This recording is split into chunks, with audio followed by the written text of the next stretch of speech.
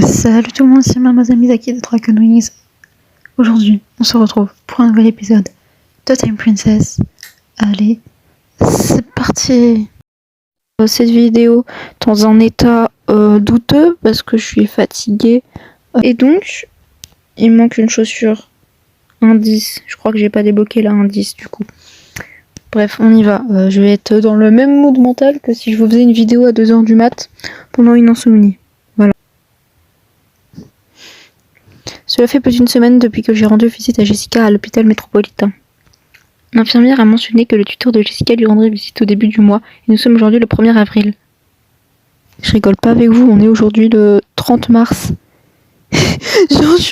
J'aurais dû faire mon chapitre demain, comme ça j'aurais fait le même jour que dans l'histoire. Oh non, c'est bête. Oh non. À l'hôpital tous les jours pendant les mois prochains, je devrais pouvoir le rencontrer, non? Ah, on s'habille maintenant. Ok, très bien. Putain, non, vraiment. Cet outfit, mais il est tellement... Il manque un truc là, il faut vraiment que je fasse le bas parce que sinon elle va être éternellement à moitié habillée, écoutez. Hop là, allez, on redevient une infirmière du coup. Ouais, non, peut-être. Du coup on se repromène sans vêtements, écoutez. Je sais même pas ce que je suis censée mettre. J'ai que la moitié de la tenue, j'ai que les accessoires. Mais non, mais les gars, j'ai que les accessoires. Faut redevenir infirmière parce que là, ça va pas sinon. Allez, on est parti.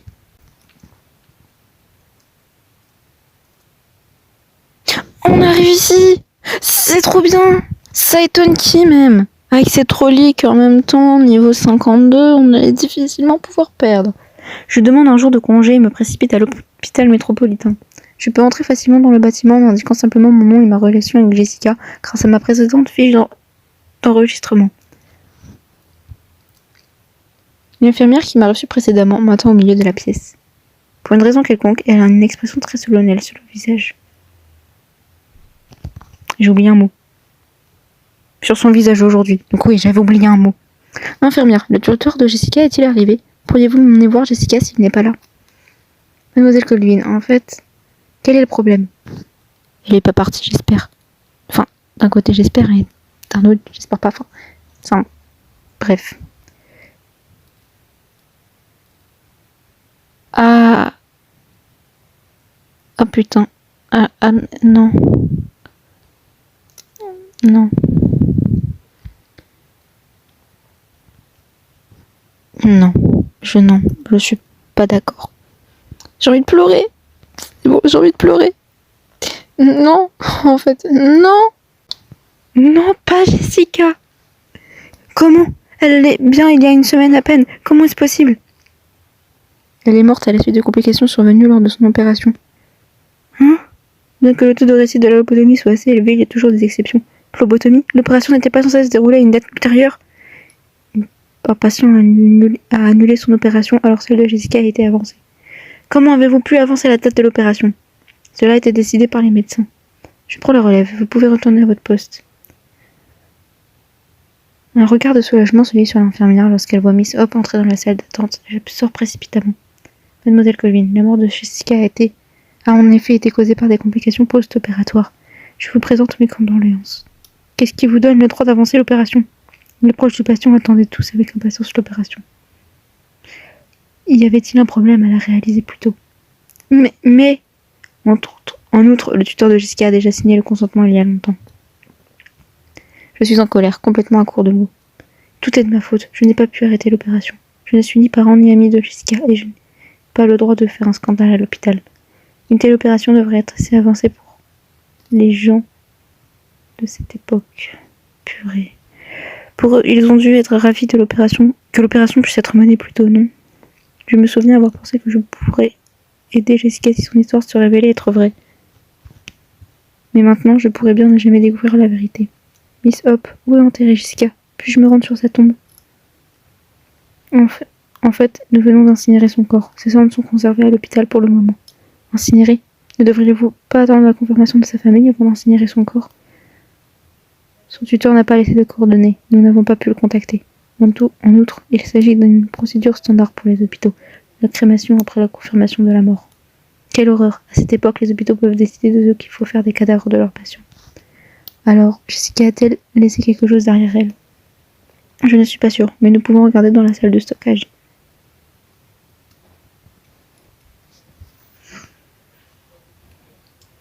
Mademoiselle Hop attend à l'entrée du local de stockage et j'entre seule. Le gardien m'apprend que les cendres de Jessica sont toujours là, mais que ses affaires ont été réclamées par son père le 28 mars. Mademoiselle Hop n'a-t-elle pas dit que l'hôpital n'avait pas pu contacter les tuteurs de Jessica? Comment le père de Jessica a-t-il appris sa mort? Je me souviens distinctement que Jessica a dit que son père était déjà mort. Pourquoi son père ne prendrait-il que ses affaires et laisserait-il ses cendres derrière lui? Son père, puis-je consulter les dossiers? Le gardien, un vieil homme maigre, me redonne un regard impatient. Il me laisse quand même examiner le registre des visiteurs. Vous voyez ici, il est écrit nom Walter Taylor, relation avec le patient, parent, père. A-t-il fourni une pièce d'identité?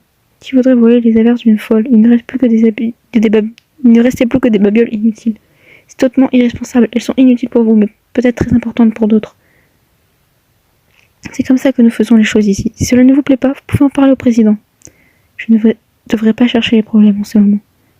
Les dossiers montrent qu'il n'a pris que certaines des affaires de Jessica. Puis-je voir ce qui reste? La patience du vieil homme s'épuise, mais il accepte. Le fait que Mademoiselle Hop attende près de la porte facilite les choses. Il sort une boîte de rangement en carton du coin. Elle contient un petit torchon en peluche plutôt sale. Je l'examine attentivement et n'y trouve rien de particulier. Je sors la photo que Jessica m'a donnée précédemment et je montre l'homme sur la photo au gardien. Excusez-moi, est-ce que la personne qui est venue chercher les affaires de Jessica? Est-ce la personne qui est venue chercher les affaires de Jessica? Cela fait quelques jours, je ne m'en souviens pas. Putain, mais c'est qui ce mec? Malgré la mauvaise humeur du gardien, j'essaie toujours de lui soutirer des informations. Je retourne ensuite au salon des visiteurs avec Mademoiselle Hop. Savez-vous quelque chose sur la famille de Jessica, Mademoiselle Hop? Non, je suis désolée, je ne les ai jamais rencontrés. Votre hôpital a laissé un homme non identifié récupérer les affaires d'une patiente décédée après que vous l'ayez incinérée sans le consentement de sa famille, Mademoiselle Hop. Vous avez dit que l'hôpital avait réfléchi après mon dernier article, mais vous n'avez fait que jouer sur les apparences. Mon article précédent a permis de vendre pas mal de journaux. Pensez-vous qu'un article de suivi serait tout aussi populaire? Une si petite affaire mérite-t-elle la une des journaux? Elle ne sera plus si petite une fois publiée. Vous me rendez la vie très difficile, Mademoiselle Colvin. Peut-être pas, si vous pouvez m'obtenir des informations sur la famille de Jessica. Veuillez attendre ici un moment. Il faut savoir ce qui vient de se passer là. Non, je suis pas d'accord en fait. Miss Hop s'en va et j'ai enfin le temps de réfléchir à ce qui s'est passé aujourd'hui. Maman, je suis pas d'accord sur ce qui s'est passé aujourd'hui. La mort de Jessica est la seule chose qui me préoccupe. Le choc, la tristesse et aussi les nombreuses questions que je me pose. Si le père de Jessica était décédé, alors qu'il s'est fait passer pour lui et après c'est bien, a-t-il un rapport avec sa mort? On a l'impression que tout est lié, mais je n'arrive pas à comprendre. Si seulement j'avais rapporté l'histoire de Jessica, qui sait, elle aurait peut-être attiré plus d'attention et j'aurais pu obtenir plus d'indices. Elle serait peut-être encore en vie. Est-ce que peut-être qu'au tout début de l'histoire, il aurait fallu parler de Jessica pour sauver Jessica? Peut-être. Parce que en fait, dans tous les cas, on se fait virer, donc peut-être que si on avait parlé de ça, purée, peut-être que Jessica serait encore en vie. Je sais pas. Faudrait que je réessaye quand j'aurai fini l'histoire de faire la route en parlant de Jessica dans le premier chapitre. Enfin, dans le premier ou le deuxième, je sais pas exactement. Bref.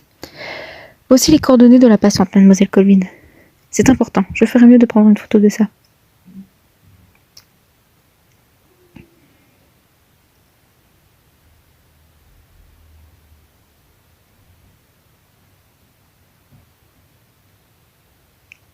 Jessica Taylor, père, un enfant. Après la mort inattendue du tuteur Walter Taylor, son testament stipule qu'un certain Bob Wilson assumera la tutelle. Les frais de la patiente seront pris en charge par Wilson. Ok. Son père est mort et elle a eu un enfant. Jessica disait la vérité. Mais qui est ce Bob Wilson? Comment puis-je contacter Bob Wilson? Si ce n'est pas sur le formulaire, cela signifie qu'il n'a probablement pas donné de coordonnées. A-t-il pris les affaires de Jessica? Pourquoi prétendre être le père de Jessica? Il faut que je le trouve, mais je ne sais pas comment s'en coordonner. Pardon.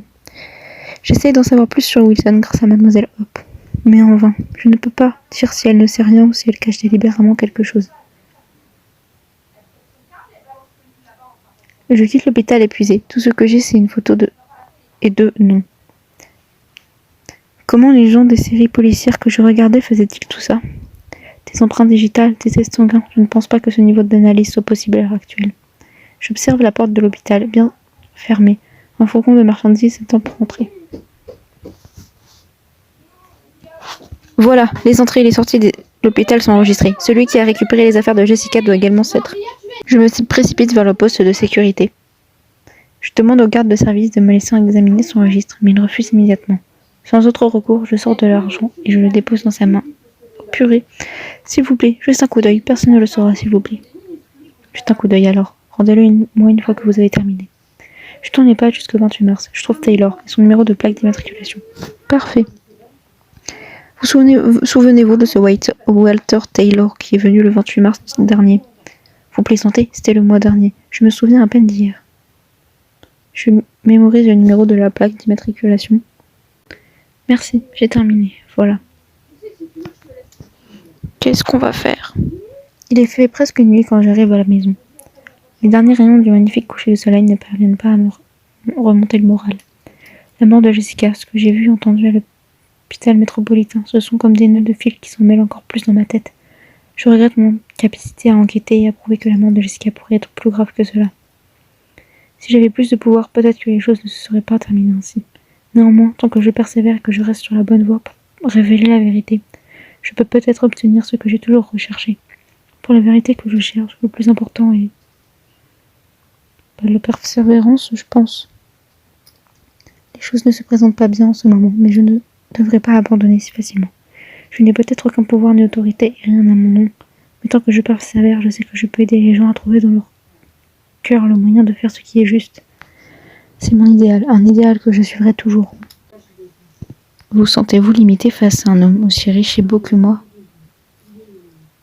Qui c'est que ça encore? Oh putain, c'était sûr que c'était lui. Mais pourquoi êtes-vous ici? Parce que vous m'avez manqué, évidemment. Je ne vous ai pas vu depuis plus d'une journée. Tu me saoules, Davis. Tu me saoules. Vraiment? Pourquoi cette tête? Avez-vous besoin d'aide? Davis est probablement riche. Il connaît des gens importants. Il peut peut-être m'aider.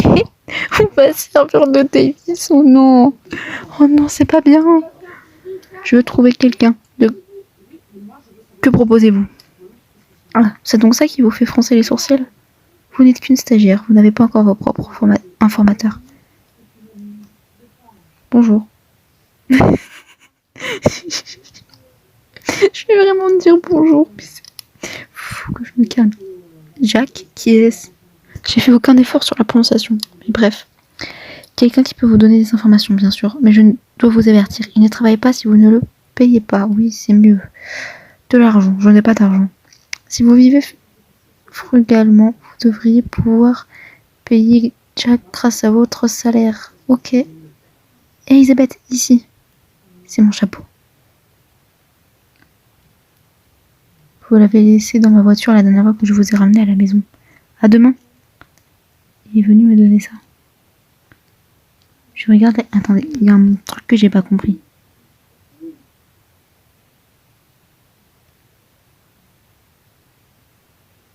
Pourquoi il s'est mis à gueuler par rapport au chapeau? Bon, j'ai pas compris. Je regarde la carte de visite en pleine réflexion. Serait-il vraiment en mesure de m'aider? Peut-être, on espère. Non, c'est pas possible. C'est vraiment la fin du chapitre, comme je l'ai dit dans la vidéo précédente. Effectivement, c'était la fin du chapitre. Donc là, on se retrouvera la semaine prochaine pour le chapitre 2. Allez, à plus.